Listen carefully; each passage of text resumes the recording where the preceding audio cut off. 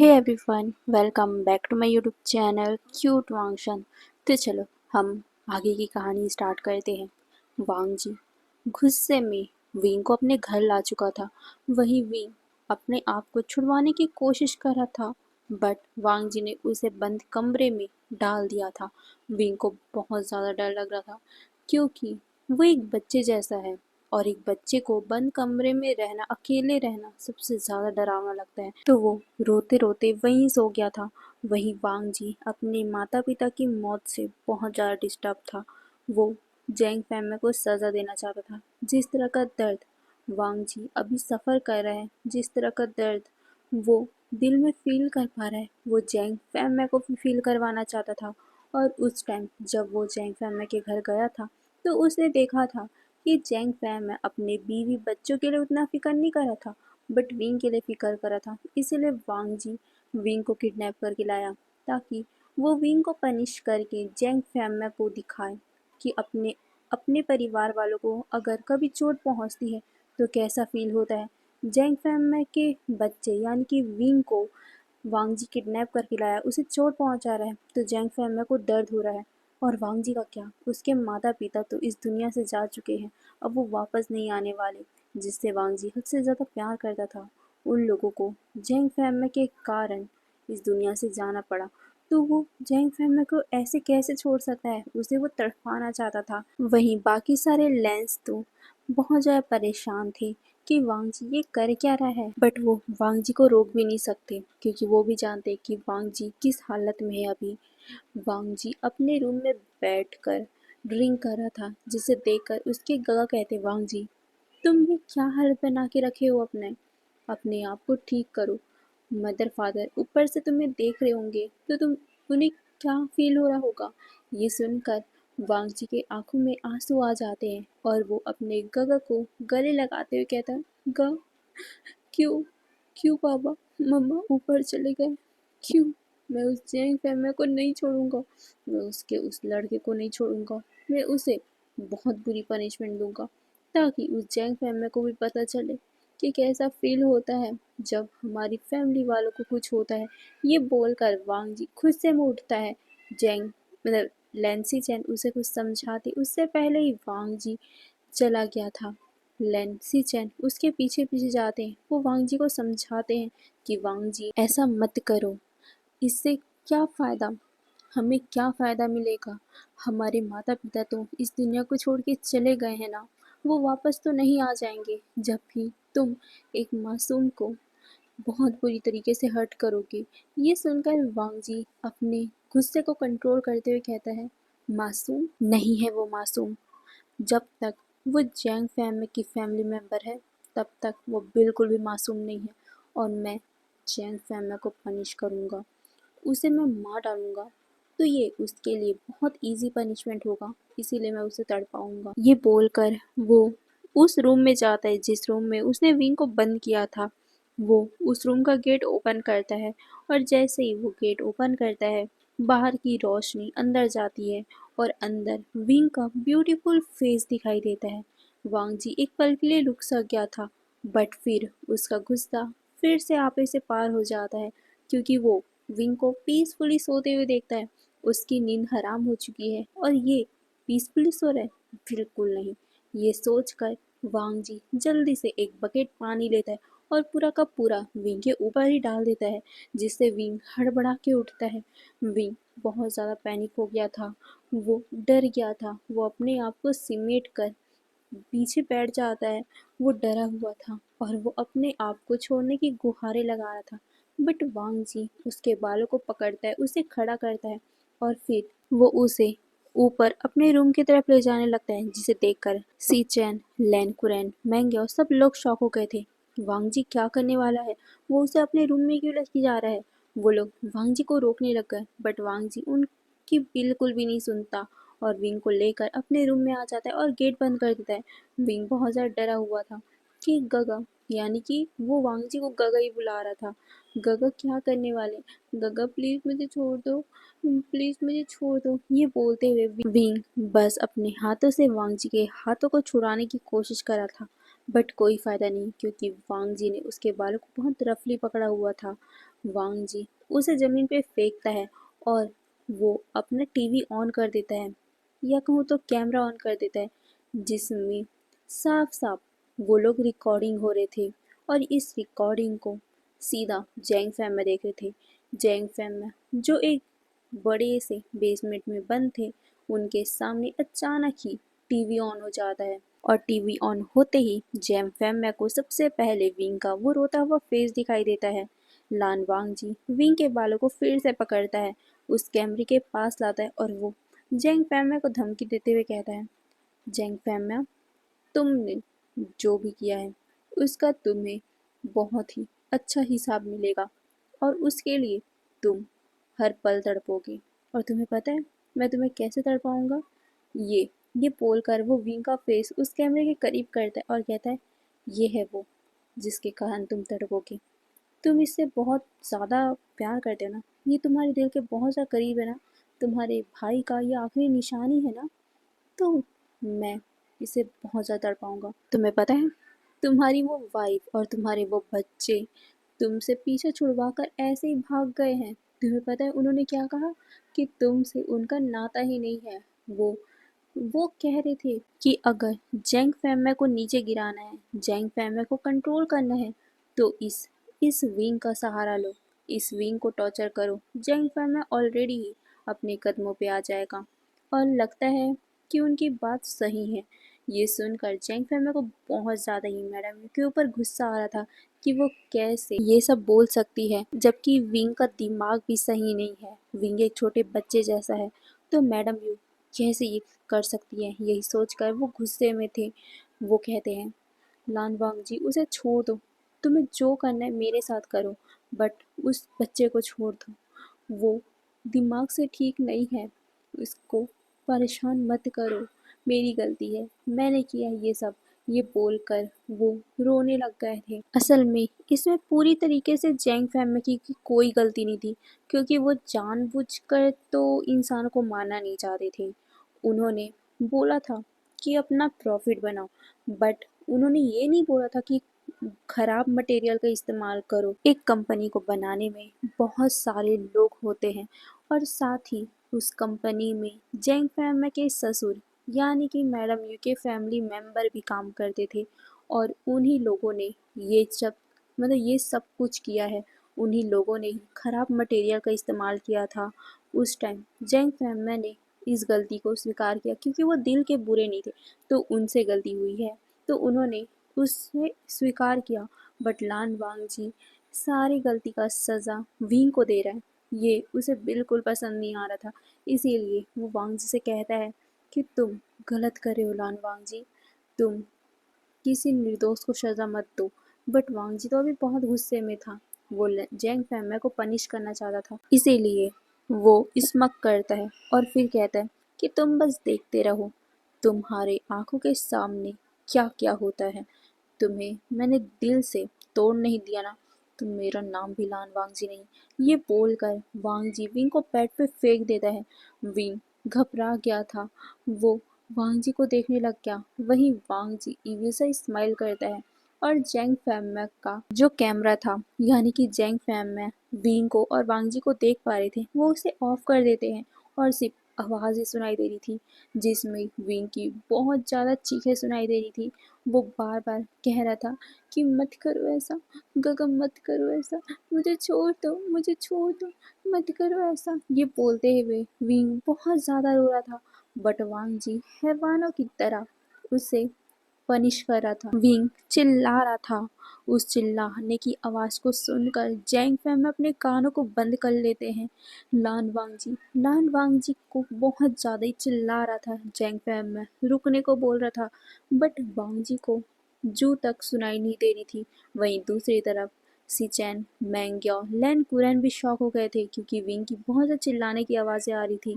जैसे वो लोग सुनते हैं वो सीधा ऊपर की तरफ भागते हैं। वो वांग जी के डोर को बार बार नॉक किए जा रहे थे, यहाँ तक कि सिचैन तो बहुत ज़्यादा घबरा गए थे कि वांग जी कोई गलत कदम ना उठा ले। वो गेट को खोलने की कोशिश करते हैं। मैंग्यो कहता है, वांग जी उस लड़के के साथ बुरा ना कर दे, वांग जी अभी बहुत ज़्यादा गुस्से में है, गुस्से में उसका दिमाग नहीं चल रहा है क्या, वो क्या कर रहे हैं उस लड़के के साथ। ये बोलकर वो बहुत ज़्यादा पैनिक कर रहा था। वहीं लैन कुरैन गुस्से में एक सर्वेंट को चाबी लाने को बोलते हैं। वो सर्वेंट भी जल्दी से चाबी लाता है और उस गेट को ओपन करते हैं।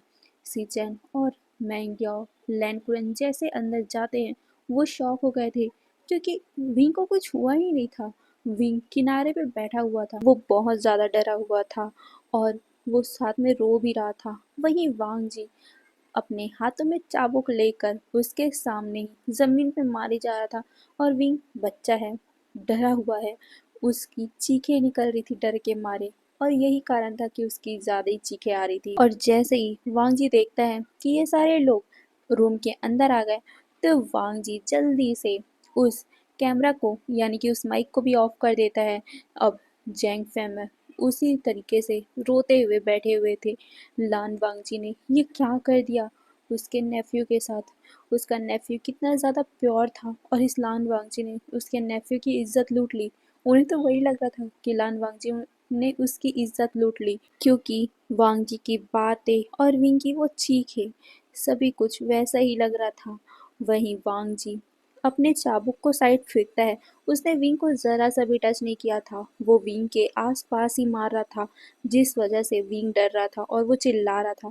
वहीं सीचैन मैंग्यो और लैनकुरन जब ये देखते हैं तो वो लोग शॉक थे कि ये सब क्या चल रहा है। वहीं वांग जी चाबुक को फेंक कर बेड पे बैठ जाता है और वो बहुत ज़्यादा गुस्से में विंग को देख रहा था। उसे गुस्सा तो बहुत ज़्यादा आ रहा था, ऐसा फील कर रहा था कि वो विंग को जान से मार दे। बट वो इतना भी हैवान नहीं है कि वो किसी ओमेगा को किसी निर्दोष को मारे। इसीलिए वो गुस्से में बैठा हुआ था। वो अपने गुस्से को निकालना चाहता था बट वो किसी निर्दोष को नहीं मार सकता क्योंकि उसका परवरिश उसके माता पिता ने किया है जो कभी भी गलत नहीं कर सकता।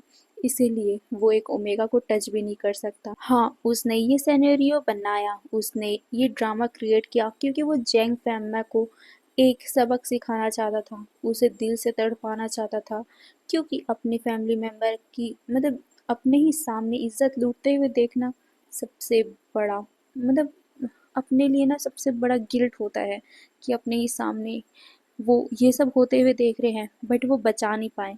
यही सबसे बड़ा गिल्ट होता है और ये वांगजी कर रहा था क्योंकि वो जैंग फैमिली को बहुत ज़्यादा तड़पाना चाहता था। अभी जैंग फैमिली तड़प भी रहे हैं। वहीं वांगजी को ऐसे करते हुए देखकर लैंसीचन गुस्से में वांगजी को थप्पड़ मारते हैं। वहीं हमारा मैंग्यो भागते हुए विंग के पास पहुंचता है और वो अच्छे से विंग को कवर कर देता है। विंग जैसे मैंग्यो को अपने पास देखता है, पहले तो वो डर रहा था बट मैंग्यो ने जैसे उसे कवर किया, उसे गले लगाया तो विंग पूरी तरीके से उसके बाहों में सिमट कर रोने लग गया था। सिचन वांग जी के कॉलर को पकड़ते हुए कहते हैं, वांग जी ये क्या तमाशा क्रिएट कर रहे हो तुम ऐसे कर कैसे सकते हो, एक ओमेगा को तुम मार कैसे सकते हो। ये सुनकर वांग जी कहते हैं, मैंने उसे नहीं मारा। ये सुनकर सिचन वांग जी को देखते हैं। वांग जी कहते हैं, ग क्या आपको अपने भाई के ऊपर भरोसा नहीं है?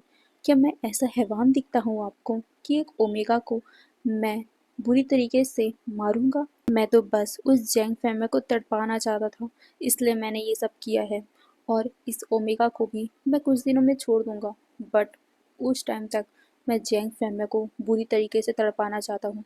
मैंने सोचा था कि जैंग फैमिली की फैमिली उस मैडम यू को, जैंग चैंग को और यानली को भी इसी तरीके से तड़पाऊंगा। इसी तरीके से मैं उन्हें टॉर्चर करूंगा और जैंग फैमिली को दिखाऊंगा बट जैंग फैमिली को उससे कोई फर्क ही नहीं पड़ रहा था और इसका कारण था जैंग फैमिली अपनी वाइफ से उब चुके थे।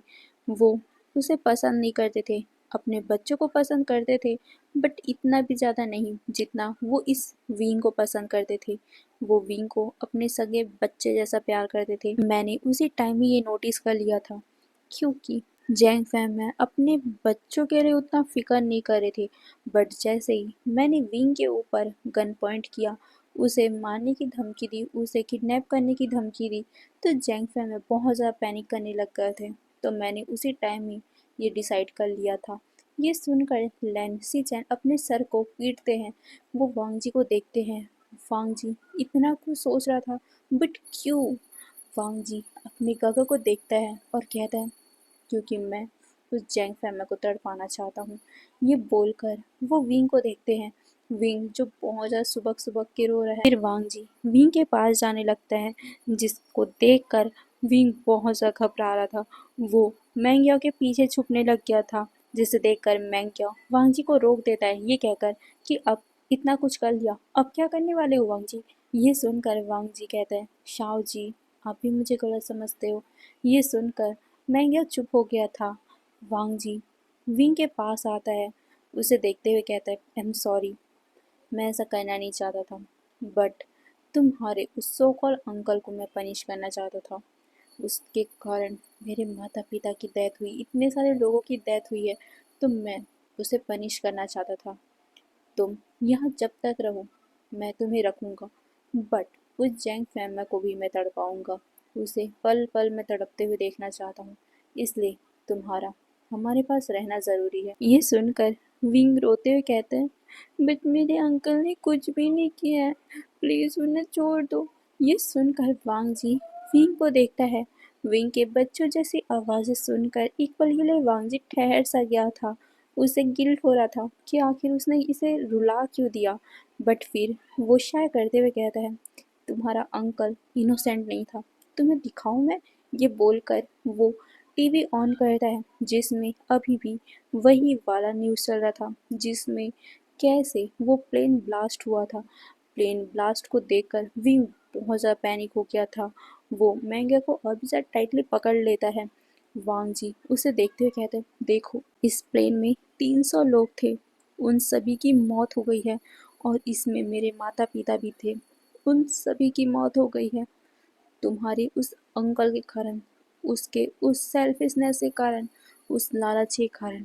हमने उन्हें अच्छा प्रोडक्ट दिया था, बट उन्होंने उस सारे प्रोडक्ट को बदली कर दिया, जिस वजह से ये हादसा हुआ है। ये सुनकर विंग बहुत ज़्यादा रो रहा था। वो कहता है, मेरे अंकल क्या उन्होंने ऐसा किया। ये सुनकर वांग जी कहता है, हाँ उन्होंने ही वैसा किया है, उसका पूरा सबूत हमारे पास है। उस चैंग फैमा के कारण इतने लोगों की मौत हुई है, और हम उसे ऐसे इजीली छोड़ दें? नहीं, हम उसे नहीं छोड़ेंगे। मैं उसे पुलिस के हवाले कर सकता था, बट ऐसे लोग पुलिस से बहुत जल्दी छूट जाते हैं। उन्हें कम से कम 10 साल 20 साल की सज़ा होगी, फिर वो आज़ाद हो जाएंगे। बट मैं उन्हें तड़पाना चाहता हूँ, इतना तड़पाना चाहता हूँ कि उनके अंदर ये गिल्ट हमेशा रहे कि उनके कारण आखिर हुआ क्या है। जेल में रहने से वो कभी भी इस बात को समझ नहीं सकते थे, बट ऐसे वो पूरे अच्छे से फील कर पाएंगे। ये बोलकर वांग जी इविल सा स्माइल करता है। वहीं विंग वांग जी के इविल स्माइल को देखकर बहुत ज़्यादा घबरा गया था। वो मैंग्याओ के पीछे अपना फेस छुपा लेता है। फिर क्या, मैंग्याओ उसे लेकर बाहर आता है, और अब वांग जी सीधा ही जैंग फैमा के पास जाता है। जैंग फैमा पूरे टूट गए थे, और जैसे ही वांग जी आता है वो गुस्से में पागल हो गए थे। वो वांग जी को मारने वाले थे, बट वांग जी के गार्ड्स जैंग फैमा को पकड़ लेते हैं। जैंग फैमा कहते हैं, तुम हैवान हो, तुम एक मासूम के साथ ऐसा कैसे कर सकते हो। ये सुनकर वांग जी कहते हैं, अच्छा तुम्हारा वो नेफ्यू मासूम था, तुम्हारे वो बच्चे मासूम थे, बट उन सभी लोगों को क्या जो तुम्हारे कारण मर गए, मेरे माता पिता का क्या जो तुम्हारे उस लालच के कारण मर गए।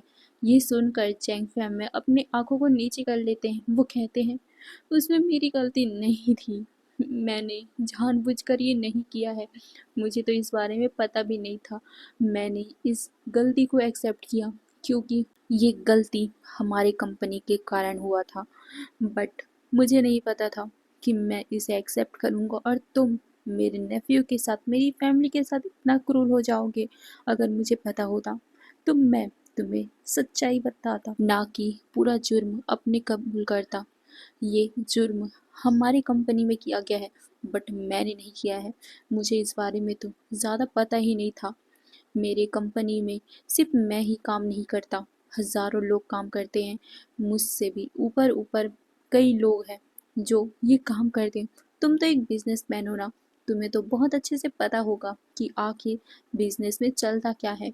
बिजनेस एक इंसान से नहीं चलता, यहाँ पर बहुत सारे लोग होते हैं जो उस बिजनेस को चलाते हैं, और मैं तो उसका सिर्फ एक मोहरा था। वो कंपनी तो यू के फादर का है, जिसे मैं हैंडल कर रहा था।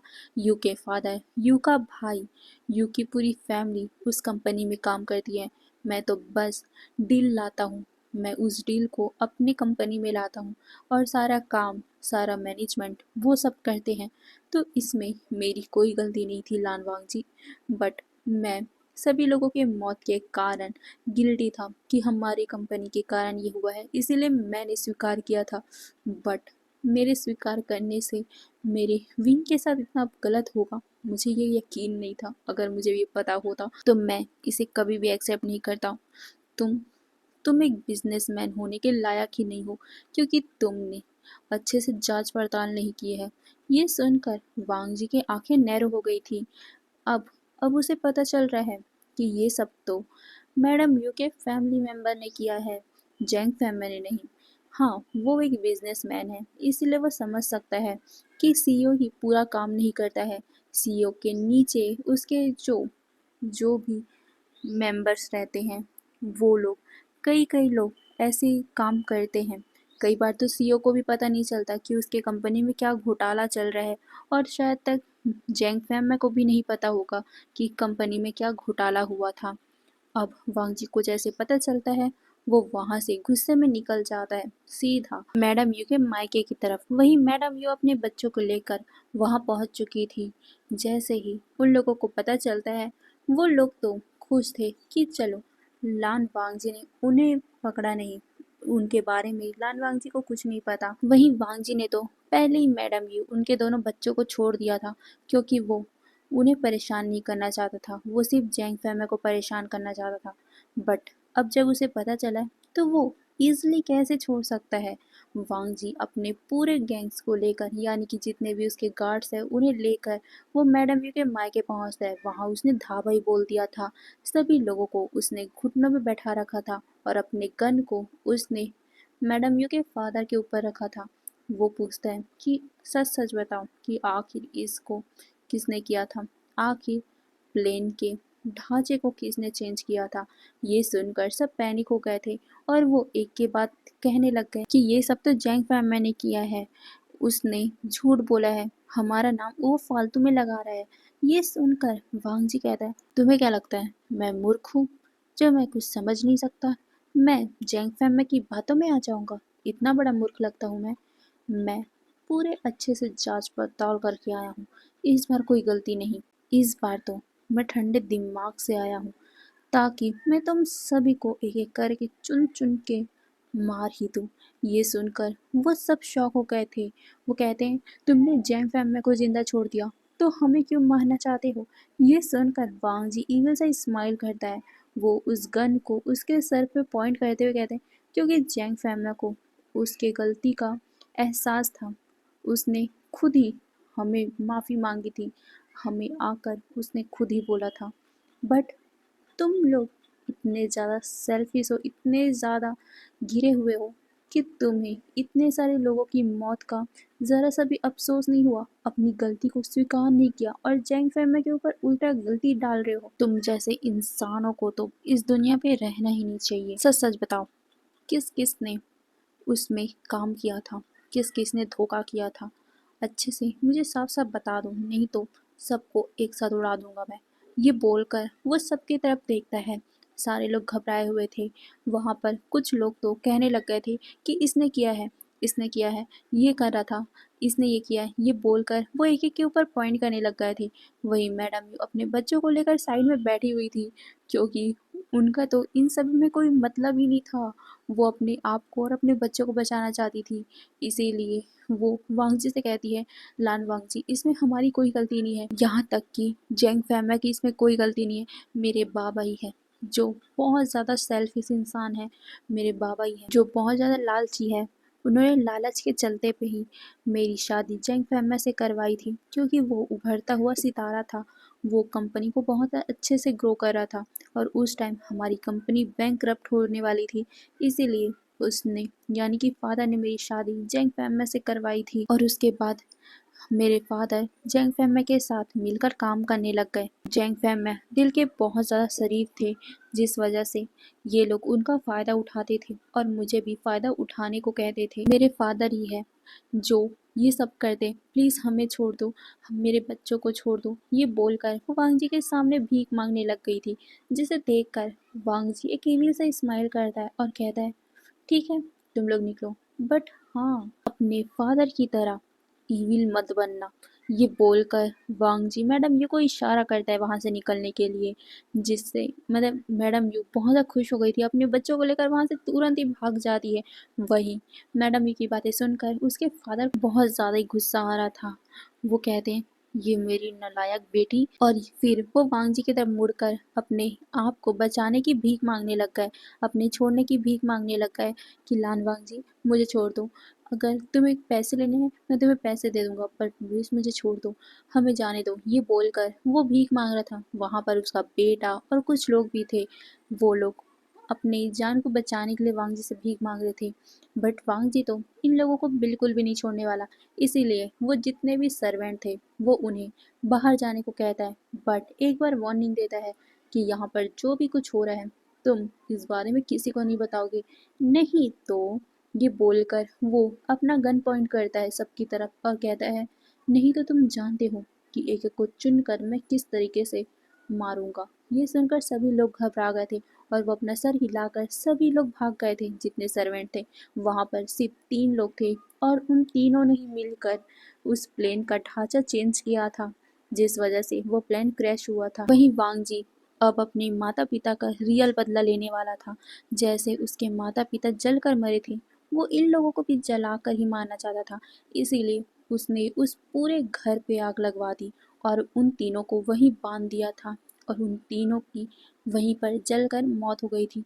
वांग जी को एक सुकून मिला कि उसने अपने माता पिता का बदला ले लिया, इतने सारे लोगों का बदला ले लिया है। वहीं जैंग फैमिया को भी उन्होंने छोड़ दिया था। वहीं दूसरी तरफ विंग अब नॉर्मल हो चुका था। वांग जी गुस्से वाला है, वांग जी ने उसके साथ ये सब किया जिस वजह से वो वांग जी से डरता है, बट उसकी फैमिली विंग को बहुत अच्छे से ट्रीट कर रही थी। साथ साथ में वो जिंगी जिंगी तो विंग के साथ खेल रहा था, और विंग भी एक बच्चे वाला दिमाग का था, तो वो भी जिंगी के साथ बहुत ही ज़्यादा खेल रहा था, जिसे देखकर वो सब मुस्कुरा रहे थे और साथ में सस्पिशियस भी थे कि विंग बच्चे जैसा क्यों बर्ताव कर रहा था।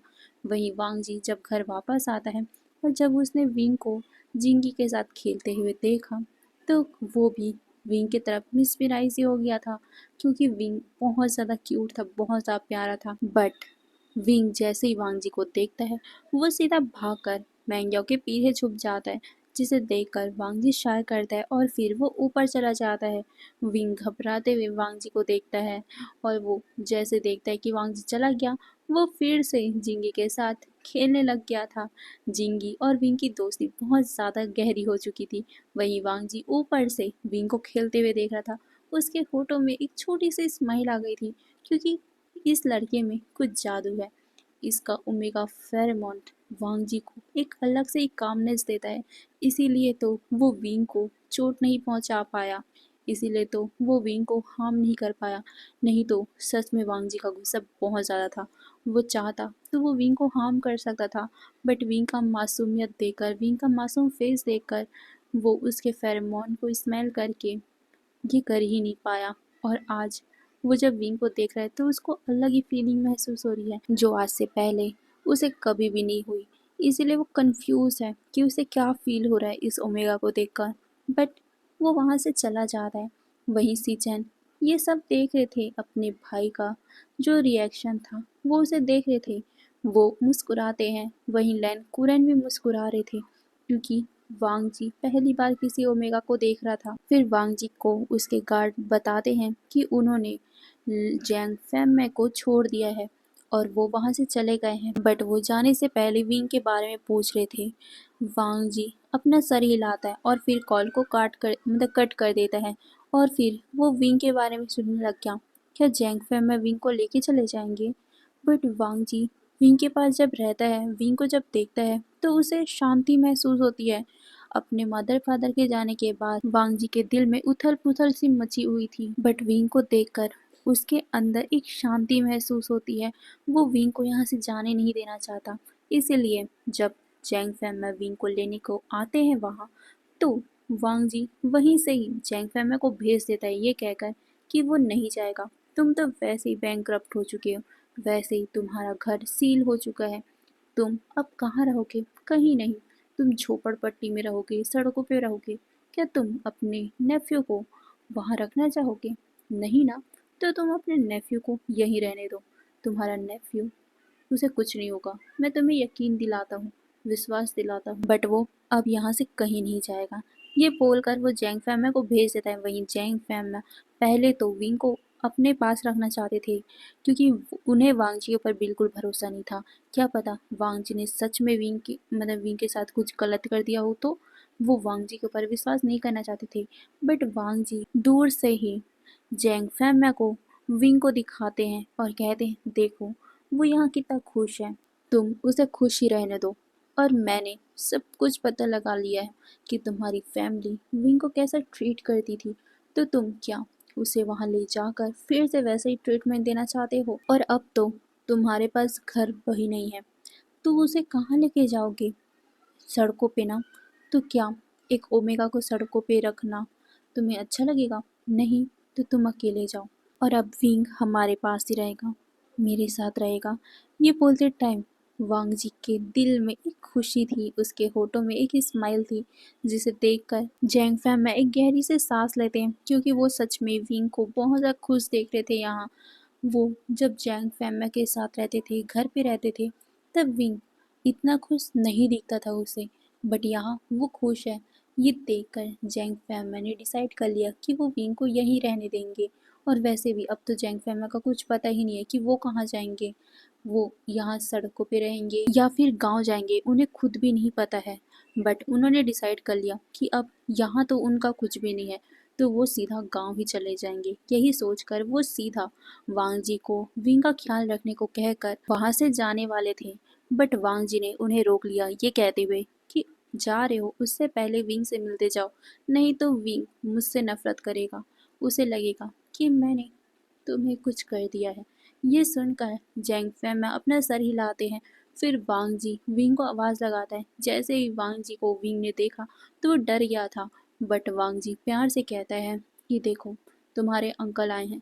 ये सुनकर विंग धीरे से बाहर निकलता है और वो मतलब अपने अंकल को देखता है, और अपने अंकल को देखते साथ वो भागता है और अपने अंकल को वो टाइटली गले लगा लेता है। उसके अंकल भी बहुत ज़्यादा खुश थे। विंग को उसके अंकल सहलाते हैं और कहते हैं, विंग तुम खुश हो? ये सुनकर विंग अपना सर हिलाता है। उसके अंकल पूछते हैं कि किसी ने कुछ किया तो नहीं ना? विंग धीरे से वांग जी को देखता है, बट फिर वो अपना सर ना में शेक करता है और वो अपनी क्यूट से बनी स्माइल के साथ कहता है कि यहाँ सब बहुत अच्छे हैं। ये बोलते हुए वो वांग जी को देखता है और कहता है, गग भी अच्छे हैं। फिर वांग जी मुस्कुराता है, जिसके बाद जैंग फैमिया विंग को कहते हैं कि तुम इनके साथ रहना चाहोगे? ये सुनकर विंग एक पल के लिए हिचकता है। तभी जिंगी भागते हुए उनके पास आता है और वो विंग के पैरों को पकड़ते हुए कहते हैं, गगा गगा प्लीज मत जाओ ना, मेरे साथ रहो ना, प्लीज ना, हम खेलेंगे। और मम्मा हमारे लिए कुकीज बना रही है, हम उसे भी खाएंगे। ये सुनकर विंग बहुत ज्यादा खुश हो गया था। फिर जैंग फैमिया फिर से पूछते हैं कि तुम इनके साथ रहोगे ना विंग?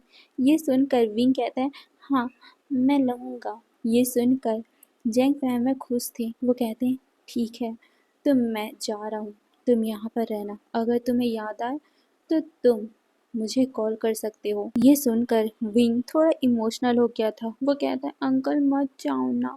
बट अंकल कहते हैं, विंग मुझे जाना पड़ेगा और तुम खुश रहना। ये बोलकर वो विंग के फॉरहेड पे किस करते और फिर वो वहाँ से चले गए थे।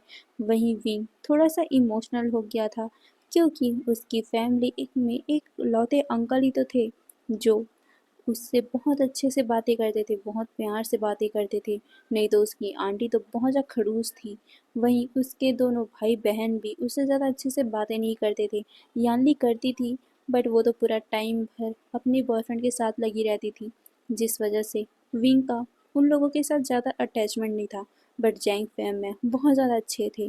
विंग को बहुत ज़्यादा इमोशनल फील हो रहा था, जिसे देखकर वांग जी पहली बार उसके पास आता है और वो उसे साइड हक कर लेता है, जिसे देख पहले तो विंग डर गया था, बट वो वांग जी के फेरोमोन के कारण थोड़ा सा काम भी हो गया था, क्योंकि वांग जी अपने कामिंग फेरोमोन को रिलीज कर रहा था।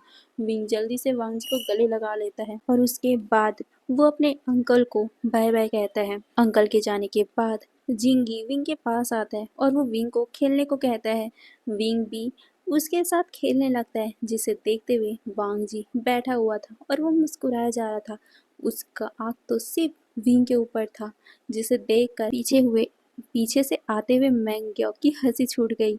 वो वांग जी को कहता है, इतना मत घूरो, वो डर जाएगा। ये सुनकर वांग जी ब्लश हो जाता है। वो कहता है, शाओ जी, मैं तो जिंगी को देख रहा था।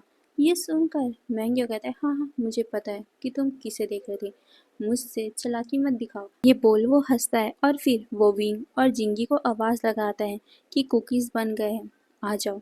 फिर क्या, वो दोनों भागते हुए वहां आते हैं। फिर मैंग्यो उन दोनों को कुकीज देता है। वांग जी तो बस विंग को कुकीज खाते हुए देख रहा था, क्योंकि विंग बहुत ज़्यादा क्यूटली कुकीज खा रहा था। विंग कहता है, आपको पता है मुझे कुकीज बहुत पसंद है, बट आंटी मुझे कुकीज देती नहीं थी, बट अंकल जब रहते थे तो वो मुझे बहुत सारा कुकीज देते थे। ये बोलते हुए वो थोड़ा सा इमोशनल हो गया था, जिसे देख वांग जी उसे और कुकीज देता है और कहता है, कोई बात नहीं, मैं अब तुम्हें हर रोज़ कुकीज़ खिलाया करूँगा। ये सुनकर विंग की आंखें चमक उठी थी। वो कहता है, सच्ची काका? ये सुनकर वांग जी अपना सर हिलाता है। फिर क्या, उस दिन के बाद से उन दोनों का दोस्ती स्टार्ट हो गया था।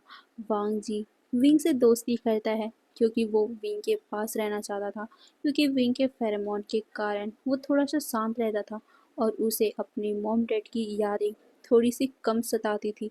नहीं तो उसकी तो हालत ही ख़राब हो जाती थी।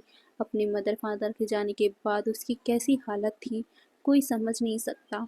बट विंग के आने के बाद वो थोड़ा सा लाइट अप हुआ है। विंग उसके साथ रहता है, खेलता है, कूदता है, जिस वजह से विंग को भी बहुत ज़्यादा वांग जी पसंद आने लग गया है। दोनों हमेशा एक साथ रहते हैं, यहाँ तक कि वांग जी विंग का इलाज भी करवाने लग गया है, जिससे धीरे धीरे विंग ठीक भी होने लग गया है। वहीं वांग जी जो पहले विंग के साथ धीरे धीरे दोस्ती आगे बढ़ा रहा था, अब जैसे जैसे विंग ठीक हो रहा है, वो दोस्ती प्यार में बदलती जा रही है।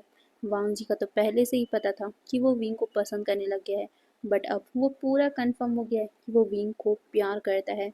वो विंग को बहुत ही ज़्यादा प्यार से टच करता है और वो विंग को अपना प्यार का प्रपोजल भी दे चुका है। वही विंग जो थोड़ा सा ठीक हो चुका है, वो भी वांग जी के उस प्रपोजल को एक्सेप्ट कर लेता है, क्योंकि वो वांग जी को बहुत पसंद करने लग गया था, एक दोस्त की तरह से, एक गगा की तरह से। और साथ ही वांग जी उसका इतना टेक केयर करता है, उसे तो और भी ज़्यादा वांग जी पसंद आ गया। वांग जी उसके सारी विशेष पूरा करता है। विंग बस एक बार बोल दी, वांग जी उसके कदमों में सब चीज़ ला रख देता है, जिससे विंग बहुत ज़्यादा खुश होता था। और अब तो विंग ठीक भी होने लग गया है, जिससे उसे भी एहसास होने लग गया कि वो सच में वांग जी के लिए एक अलग ही फीलिंग रखता है, वो वांग जी को पसंद करता है। और साथ ही विंग अपने अंकल से भी बातें करता है। उसके अंकल अभी गांव में बस चुके हैं, गांव में ही रहते हैं, गांव में ही वो सब कुछ काम हैंडल करते हैं। वही मैडम यू, उसके दोनों बच्चे अपने फैमिली से जाने के बाद अपने जो जैंग फैमिली का घर था वहाँ गए थे, बट वहाँ को भी सील कर दिया गया था। तो भटकने लग गए थे कि वो कहाँ जाए कहाँ ना जाए। वो सीधा जिन फैमिली में गए थे, बट जिन फैमिली ने तो उन्हें धक्के मार के बाहर निकाल दिया था, जिसके बाद वो सड़कों पे ही बैठ गए थे कि अब उनका घर तो कुछ है ही नहीं।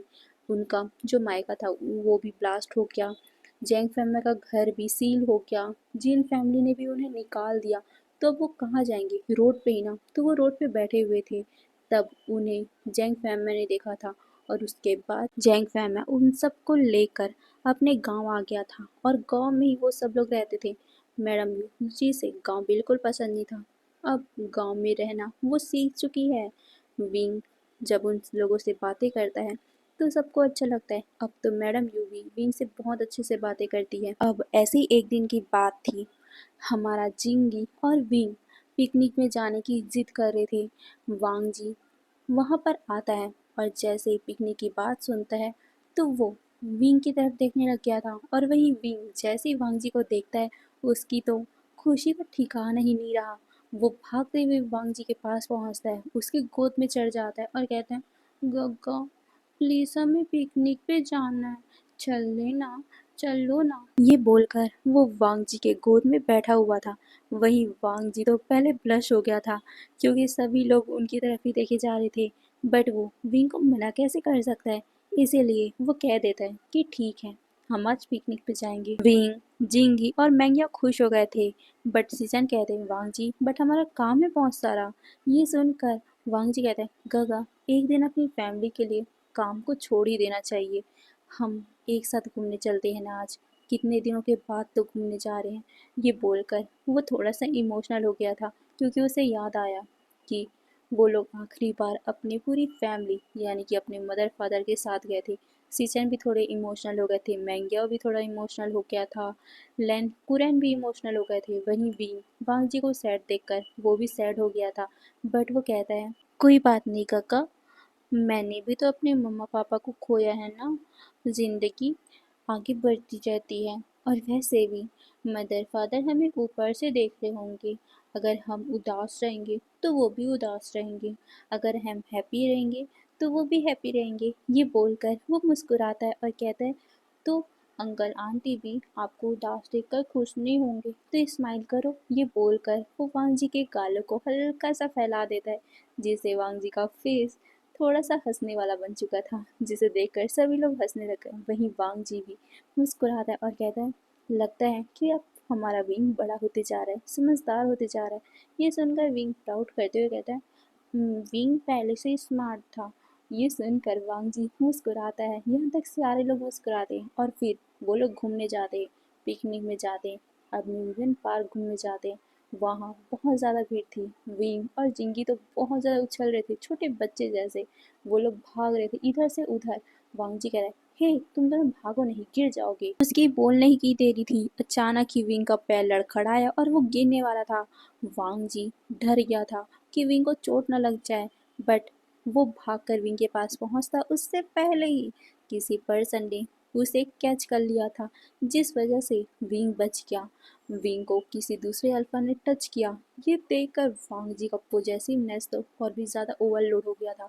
वो विंग को अपने पास खींच लेता है और वो उस अल्फा को घूरने लग गया था। वही वो अल्फा भी वांग जी के उस पॉजेसिव वाले फेरोमोन को फील कर पाता है और कह रहा है, हे गाइस चिल यार, मैंने तो बस तुम्हारे ओमेगा को बचाया है।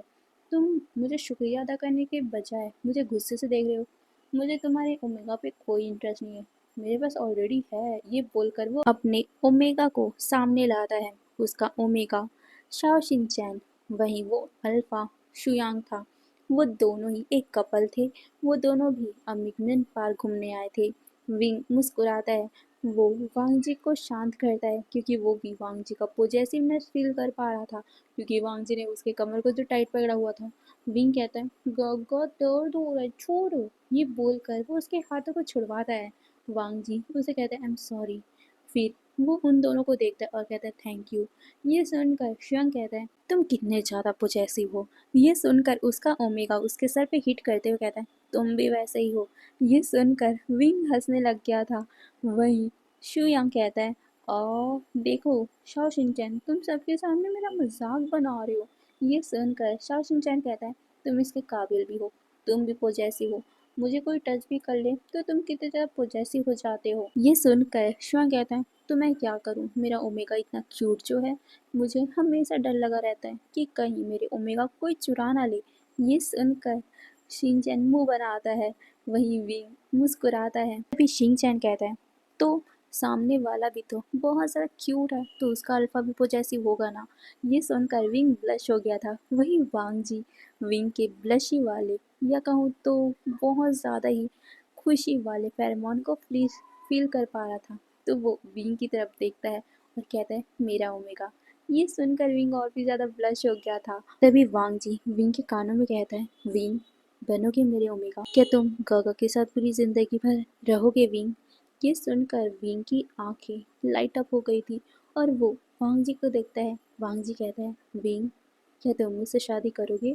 ये सुनकर विंग बहुत ज़्यादा खुश हो गया था। वो वांग जी को देखता है। वांग जी कहता है, क्या तुम जिंदगी भर मेरे साथ रहोगे? ये सुनकर विंग जल्दी से अपना सर हिलाता है और वो वांग जी की गोद में चढ़ गया था और वो अपना सर बार बार शेक कर रहा था। वो कहता है हाँ, मैं गागा के साथ रहूंगा। ये सुनकर वांग जी खुश और वहीं बाकी सारे लोग भी खुश हो गए थे।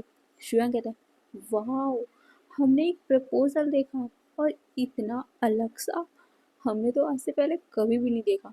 बट थोड़ा ठंडा ठंडा था। तुम्हें ग्रैंड प्रपोजल देना चाहिए था, वो भी इतने क्यूट से हम ओमेगा को।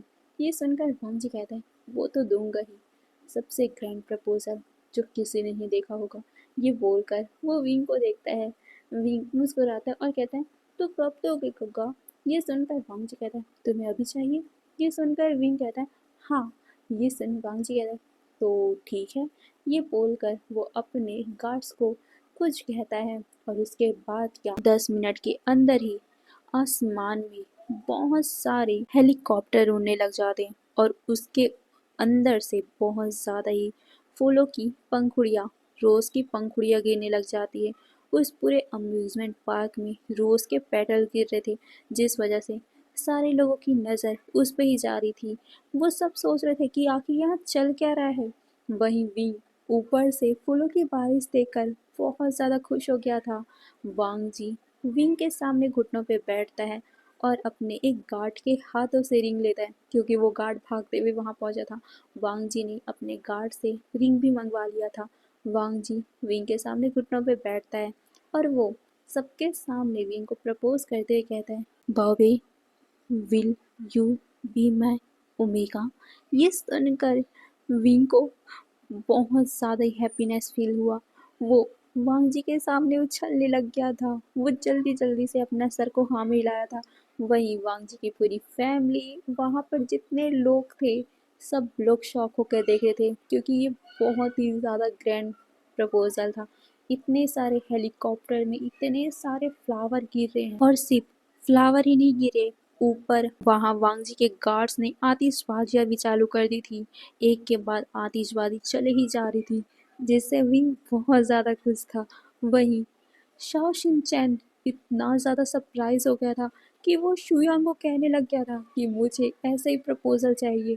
ये सुनकर शुयांग कहता है हे, मैं इतना अमीर नहीं हूँ, मैं ये नहीं कर सकता। ये सुनकर शुयांग को देखते हुए शिनचैन मुंह बनाता है और कहता है तुम मेरे लिए इतना नहीं कर सकते? तुम कैसे हल पाओ? देखो वो कितना ज़्यादा अच्छा प्रपोजल दे रहे हैं, देखो ना। ये बोलते हुए वो उन लोगों को देख रहा था। वहीं शुयांग उसे पीछे से हक करते और कहते हैं बॉबे, मैं उतना अमीर नहीं हूँ, तुम मेरा छोटा सा प्रपोजल एक्सेप्ट कर लो ना, तुम मुझसे शादी कर लो ना।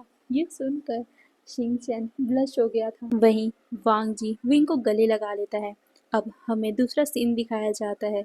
वो सब लोग अम्यूजमेंट पार्क को घूमते हैं, इंजॉय करते हैं और उसके बाद घर आकर वो लोग एक ग्रैंड अनाउंसमेंट करते हैं कि अब लान वांग जी, जो बिजनेस वर्ल्ड का टाइकून माना जाता था, जो बैचलर सीईओ था, आज वो इंगेज हो गया है और उसका ओमेगा विवुशान है। सबको पता चल गया था कि उनका इंगेजमेंट इतने ज़्यादा ग्रैंड तरीके से हुआ था, क्योंकि ये बात पूरी तरीके से न्यूज़ में वायरल हो गई थी, सारे सोशल मीडिया में वायरल हो गई थी, क्योंकि वहाँ पर बहुत सारे लोग थे। वो बहुत सारे लोग थे तो उन लोगों ने वीडियो बनाया था, वीडियो को उन्होंने इंटरनेट में डाल दिया और वो तो बहुत ज़्यादा वायरल हो गया था। सब लोग अब वांग जी की शादी देखने को लिए बहुत ज़्यादा बेचैन थे और उनकी बेचैनी को वांग जी ने जल्दी ख़त्म भी कर दिया, क्योंकि एक सप्ताह के बाद ही एक ग्रैंड वेडिंग हुई, जिसमें सभी लोग शामिल थे, जितने भी बड़े बड़े बिजनेसमैन थे वो शामिल थे। यहाँ तक कि जैंग फैम में मैडम यू और उसके बच्चे भी शामिल थे। वो लोग इस बार जेलस फील नहीं करते, क्योंकि उनको होश में उनको होश आ गया था कि कभी भी बुरा नहीं सोचना चाहिए। अगर वो बुरा सोचेंगे तो उनके साथ भी बुरा होगा, और वांग जी ने तो पहले उनको सबक सिखा दिया है। इसीलिए वो विंग के लिए बुरा नहीं सोचते, क्योंकि अब वो कर ही क्या सकते हैं, कुछ नहीं कर सकते। यहाँ तक कि विंग ने उन लोगों को गांव का घर भी पूरी तरीके से दे दिया है। उसको वांग जी के अलावा कुछ नहीं चाहिए, ये कहकर सब लोग बहुत ज़्यादा खुश थे। अब विंग की शादी भी बहुत ही ग्रैंड तरीके से हुई थी। सभी लोग उन लोगों को बहुत सारी ढेर सारी बधाइयाँ दे रहे थे। अब ऐसे ही करते करते टाइम बीतने लग गया। टाइम के साथ साथ उन लोगों का रिलेशन भी बहुत ही अच्छा हो चुका था। विंग भी पूरी तरीके से ठीक हो चुका था। उन दोनों के बीच में फिजिकल रिलेशन भी बनते थे, वो भी बहुत ही प्यार से, क्योंकि वांग जी विंग को हर्ट नहीं करना चाहता था। उसने जब तक विंग ठीक नहीं हुआ तब तक इंतजार किया, क्योंकि वो नहीं चाहता था कि वो विंग का फ़ायदा उठाए। और अभी विंग अपनी पूरी तरीके से दिमाग में नहीं था, यानी कि वो बच्चा था ना, एक तरीके से बच्चा था। अगर वो विंग का फ़ायदा उठा लेता या फिर विंग के साथ संबंध बना लेता, तो एक तरह से वो विंग का फ़ायदा ही उठा रहा है, क्योंकि विंग अपने पूरे दिमाग में ही नहीं है। जब तक विंग पूरी तरीके से ठीक नहीं हो जाता, जब तक विंग उसे एक्सेप्ट नहीं कर लेता पूरी तरीके से अपने होशो हवास में, तब तक वांग जी ने उसे टच नहीं किया। और जैसे विंग पूरी तरीके से ठीक हुआ, उसने अपनी फर्स्ट नाइट मनाई और उसके कुछ महीनों के बाद ही विंग प्रेग्नेंट हो गया। और ये बात भी पूरे सोशल मीडिया में वायरल हो गई कि अब दलान वांग जी फादर बनने वाले हैं, और एक नहीं, ट्विंस से, क्योंकि विंग ट्विंस प्रेग्नेंट था। कुछ ही टाइम में विंग ने ट्विंस को बर्थ दिया, जो दोनों ही बॉयज थे, बट एक अल्फा था और एक ओमेगा था। और इसी में हमारा ये एफएफ खत्म होता है। अगर आपको पसंद आया हो तो प्लीज़ कमेंट में ज़रूर बताना। ओके, तो फिर बाय बाय।